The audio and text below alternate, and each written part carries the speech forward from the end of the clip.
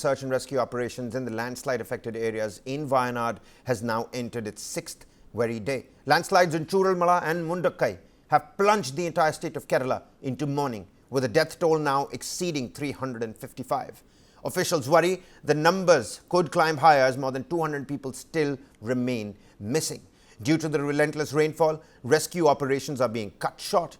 A double-storied school building that once stood along the riverbank in Vellarmala near Meppadi, set against the picturesque landscape, well, what was picturesque, now lies in ruins. The once lively playground, filled with laughter and of course children moving around, is now eerily silent. The school's own wreckage was among the first images from the Mundakkai region devastated by the catastrophic landslide that took place on the intervening nights of July 30th and 31st. The entire neighborhood where the school was located was demolished by raging boulders and buried under a massive slush.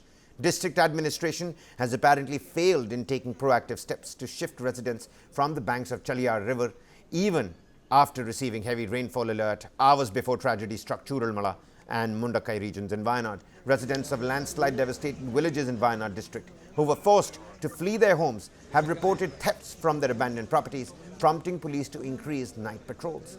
Daring rescue of stranded tribal kids by the Kerala foresters in the aftermath of Wayanad landslides risking their lives has been applauded by far too many people on social media, Kerala Chief Minister being one of those. Undertaking a dangerous 4-hour trek deep inside a forest amid heavy rain and rocky terrains, a 4-member team led by Kalpetta Range Forest Officer K. Hashis rescued the tribal family.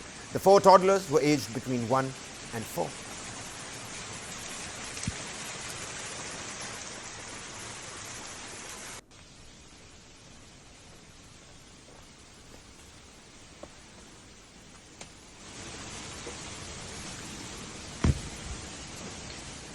Now, News9 has been bringing you all the latest details. Joining us on the broadcast live from Meppadi, Panchayat Rehabilitation Centre is my colleague Mohammad Wajiullah. Waji, you've been looking at the rehab and the relief works that have been carried out during the course of the entire day. What's the latest that you're picking up at this point in time? Are the rescue operations still going on? Is rain curtailing or hindering the rescue operations? And in terms of the rehabilitation, we earlier saw your input about the auto unions coming in and about. Several other factors like those, it seems like the local community is coming out and helping their hand to put forth the larger human spirit out there.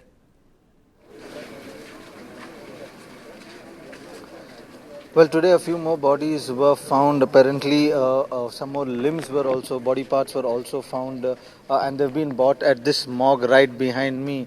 But why do we have a somber mode over here right now is because the family had just arrived and they were able to identify one of their loved ones. And that body has also just left from this particular place to the auditorium where the body will be given a bath, and from there the funeral procession of the body will also will begin. So this, what you see behind me, is one of the morgues of this entire incident, and this is not just the only one. There are a few more in and around over here, and there is a huge auditorium which has even more bodies which have not been identified as of now. Now, this is what is the situation where I'm standing, and if we talk about the rescue work that is still going on, helicopters are going in and around of the entire Wayanad district. In fact, what we've also learned is there are a lot of bodies that have been found 100, 150, 200 kilometers away from the site because they were all taken away from the river. So there are bodies that have been found at the doorsteps of your Arabian Sea also, is what some of the sources are telling us. But that the idea of the bodies being found so far clearly gives you an indication of the impact that this landslide had and the fierce way in which the water had come.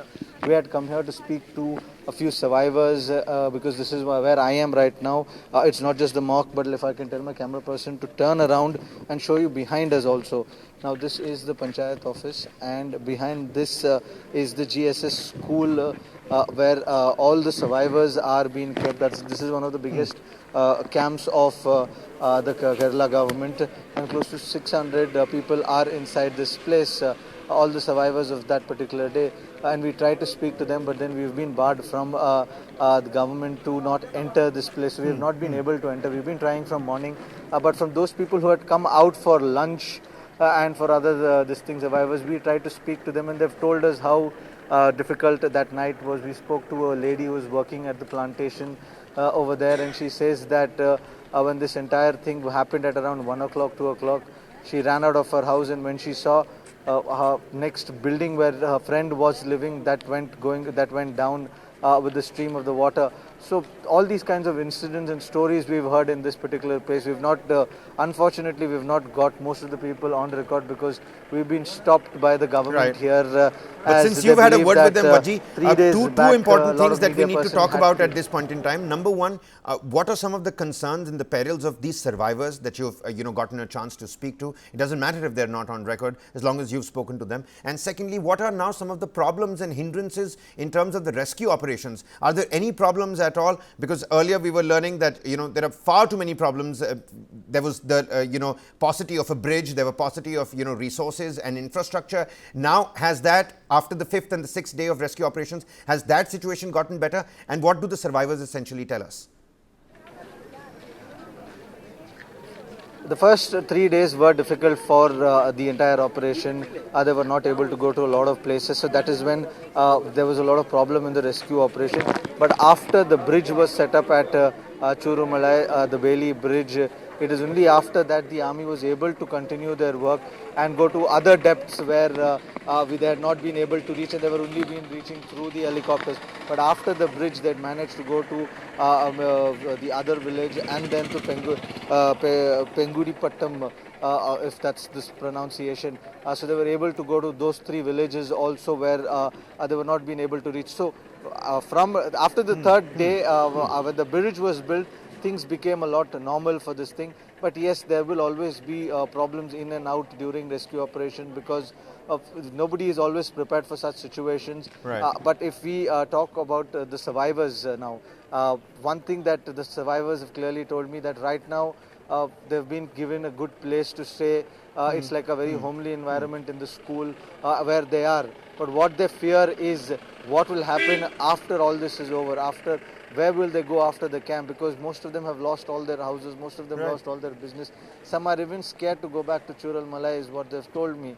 So if in this case, when they don't have a house, when they don't have any job or anything for survival, what will happen after the camps is over? So that is one fear that these people have. But apart from that, as of now, it's all on the basis of what is happening on quick succession, because this problem is such that it keeps on mounting and mounting, and there is always something or the other that is amiss.